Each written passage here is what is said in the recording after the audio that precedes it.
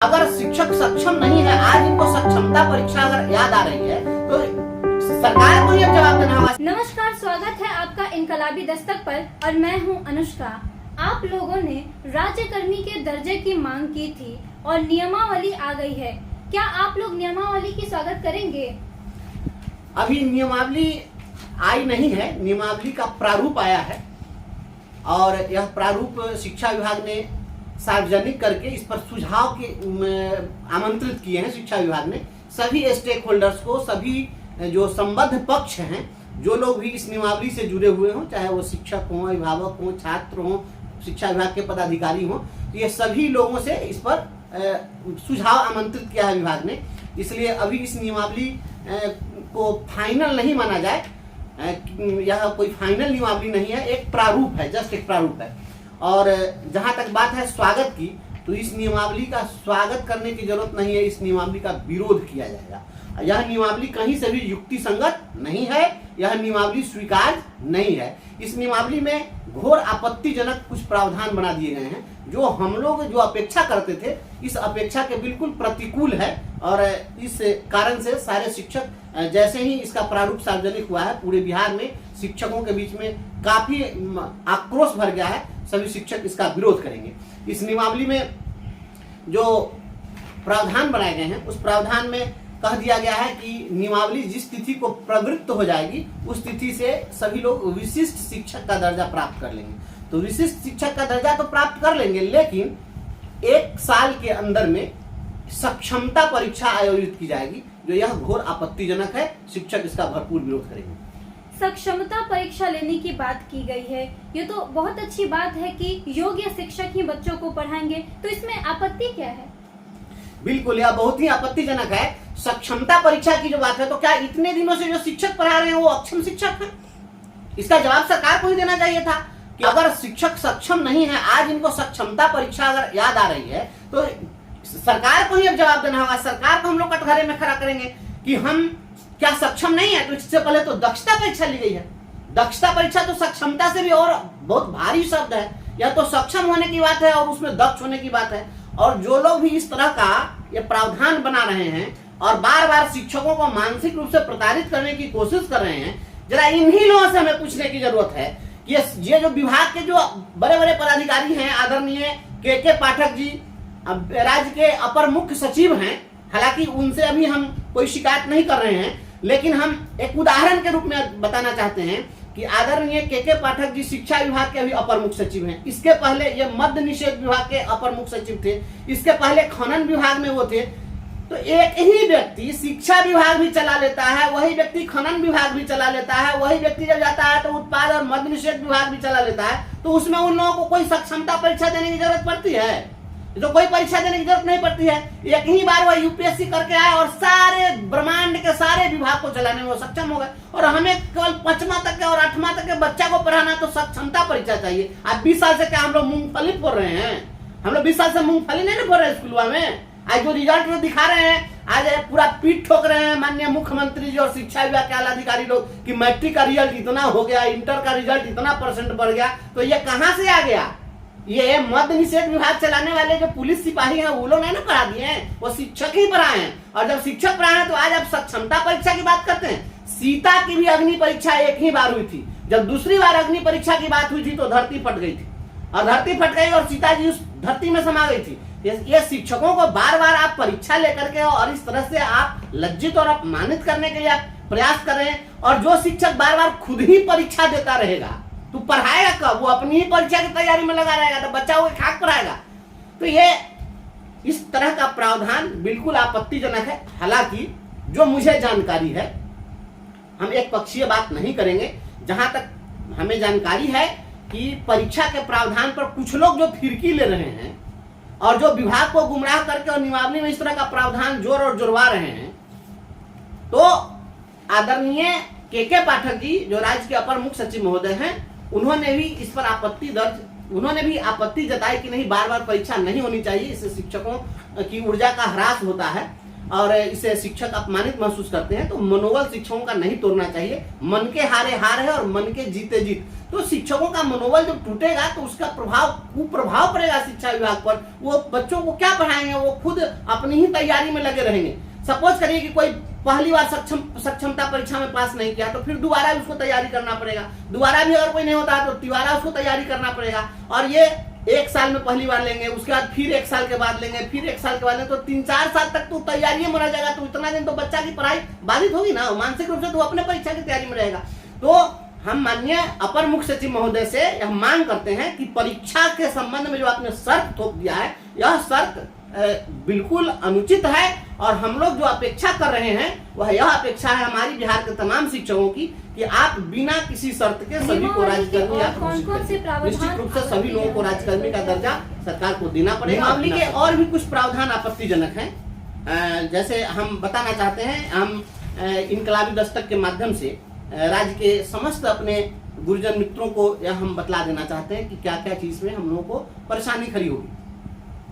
इसमें सबसे पहली बात तो हम लोगों ने परीक्षा पर आपत्ति दर्ज की है कि यह बिल्कुल ही आपत्तिजनक है। परीक्षा वाला प्रोविजन एकदम हट जाना चाहिए। परीक्षा की जैसे ही आप सक्षमता परीक्षा, किसी तरह के परीक्षा की आप बात करेंगे, उसका पुरजोर विरोध हो जाएगा। दूसरी बात है कि इन्होंने जो बनाया इसमें, तो वेतन के लिए जब ये विशिष्ट शिक्षक बनाएंगे, अब हम लोग का नाम तो विशिष्ट शिक्षक हो जाएगा, तो विशिष्ट शिक्षक जब बनाएंगे तो फिर हम लोग के लिए एक वेतन भी ये अलग से तय कर रहे हैं। और इसके लिए फिटमेंट मैट्रिक्स इन्होंने बनाया। ये जो फिटमेंट मैट्रिक्स है, इसी फिटमेंट मैट्रिक्स में हम लोग को जो वर्तमान में वेतन मिल रहा है उसको उसी में फिट करेंगे कि जहां पर हम फिट बैठ जाएं। तो अभी हम आपको बता दें कि जो फिटमेंट मैट्रिक्स बना करके लाया गया है, इसका जो पार्श्व प्रविष्ट शिक्षकों की जो श्रेणी है उसमें फिटमेंट मैट्रिक्स तालिका बनाई गई है। इसका जो है 7वां जो कॉलम है उसमें 29,850 है। तो 29,850 रुपया में हम लोगों का फिक्स होगा, जो लोग पूर्व से जो आए हुए हैं शिक्षा मित्र के समय से उन लोगों का। तो ये 29,850 पर ये फिक्स करेंगे। अभी वर्तमान में जो हम लोगों को वेतन मिल रहा है, जो पूर्व से शिक्षा मित्रों के समय से जो लोग भी हैं, उसमें हम लोगों को अभी 29,530 रुपया मिल रहा है। और जब ये फिटमेंट मैट्रिक्स में हमको फिट करेंगे तो 7वां कॉलम में हम फिक्स होंगे। तो जो 7वां कॉलम में जाएंगे तो हमारा वेतन हो जाएगा 29,850 रुपया मूल वेतन हो जाएगा। तो इसमें मात्र 320 रुपया हमारा मूल वेतन बढ़ेगा अभी वर्तमान में। तो मात्र 320 रुपया हमारा बढ़ने जा रहा है।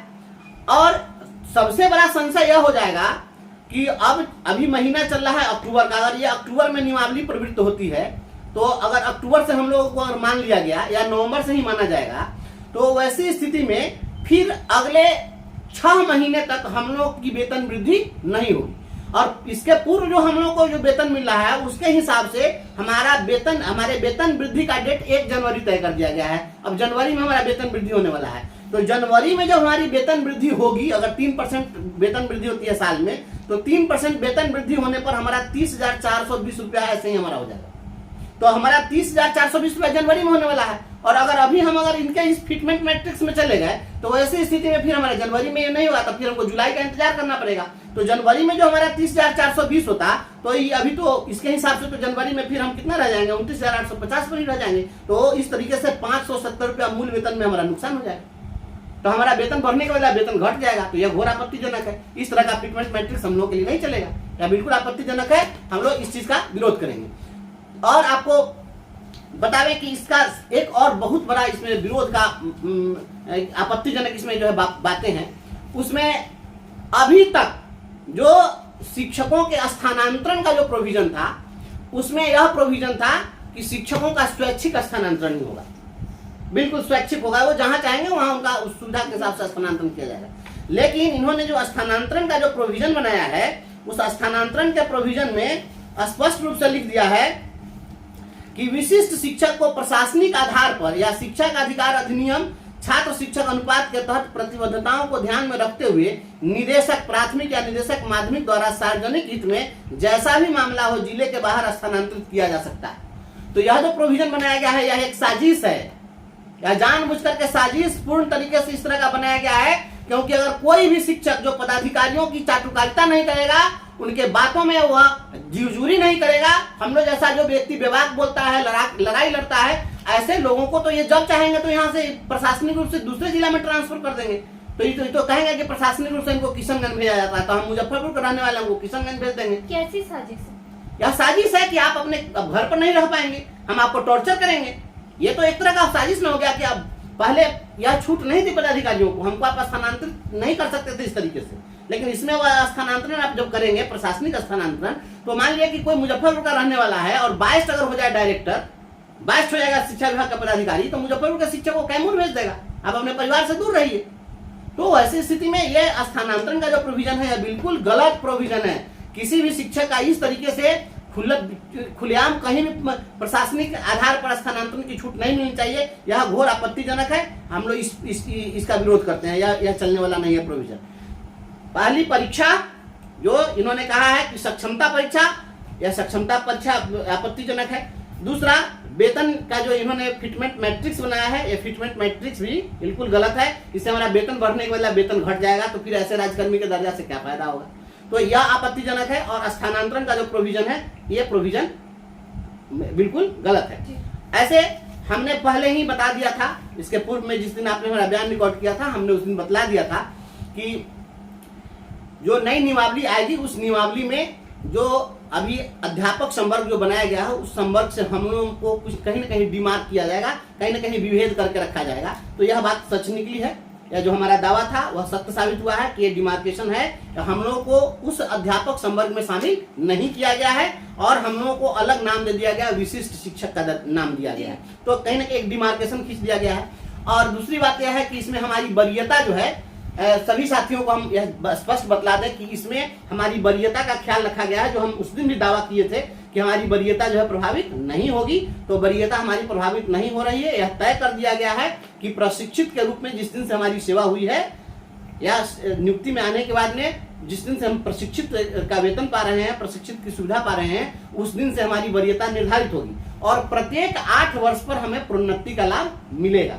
तो प्रत्येक 8 वर्ष पर प्रोन्नति का लाभ हमें जब मिलेगा, तो ये एक बात अच्छी बात है कि हमारी सीनियरिटी को प्रभावित नहीं किया गया है। हम इस चीज के लिए निश्चित रूप से यह अच्छी पहल है सरकार की। लेकिन परीक्षा की जब बात होगी, स्थानांतरण की बात होगी, वेतन की बात होगी, तो वहां पर यह आपत्तिजनक है और शिक्षक इसमें आपत्ति दर्ज करेंगे। और राज्य सरकार को इस तरीके का जो बनाया गया है प्रोविजन, इस प्रोविजन में यह ध्यान रखना चाहिए कि बिहार के जो शिक्षक हैं, यह लड़ाई जो लड़ रहे हैं, राज्यकर्मी के दर्जे की लड़ाई लड़ रहे हैं बेशक, लेकिन राज्यकर्मी हम बन जाएंगे। लेकिन आप दे क्या रहे हैं? हमारा वेतन बढ़ाने के बदला वेतन घटा रहे हैं। तो इससे तो साबित होता है कि आप बायस्ड हैं, आप दबाव में निर्णय ले रहे हैं। तो दबाव में अगर निर्णय लीजिएगा, तो आप अगर दबाव में रहेंगे तो हम भी आपके साथ स्वभाववश नहीं जुड़ेंगे और आने वाले समय में चुनाव में इसका गंभीर खामियाजा भुगतना पड़ेगा। इसलिए इस तरह की साजिशपूर्ण या जो नियमावली है, इस नियमावली में जो भी आपत्तिजनक चीजें हैं उसको हटाया जाना चाहिए। राज्य सरकार को आप किस तरह सुझाव देंगे? सुझाव जो आमंत्रित किया गया है वह लिखित रूप में सुझाव दिया जाना है और इसमें कहा गया है कि ईमेल पर भेजना है, तो ईमेल सार्वजनिक कर दिया गया है। और जो आज विज्ञप्ति जारी की गई है, यह विज्ञप्ति कल अखबारों में भी प्रकाशित रहेगी। तो कल से ही हम लोग इस पर काम करेंगे और हम लोग सभी लोग राय मशविरा कर ले रहे हैं और इसके लिए सभी लोग ईमेल पर, जितने भी शिक्षक हैं सभी लोग ईमेल पर अपनी आपत्ति दर्ज करेंगे। सरकार और शिक्षकों को आप क्या संदेश देना चाहेंगे?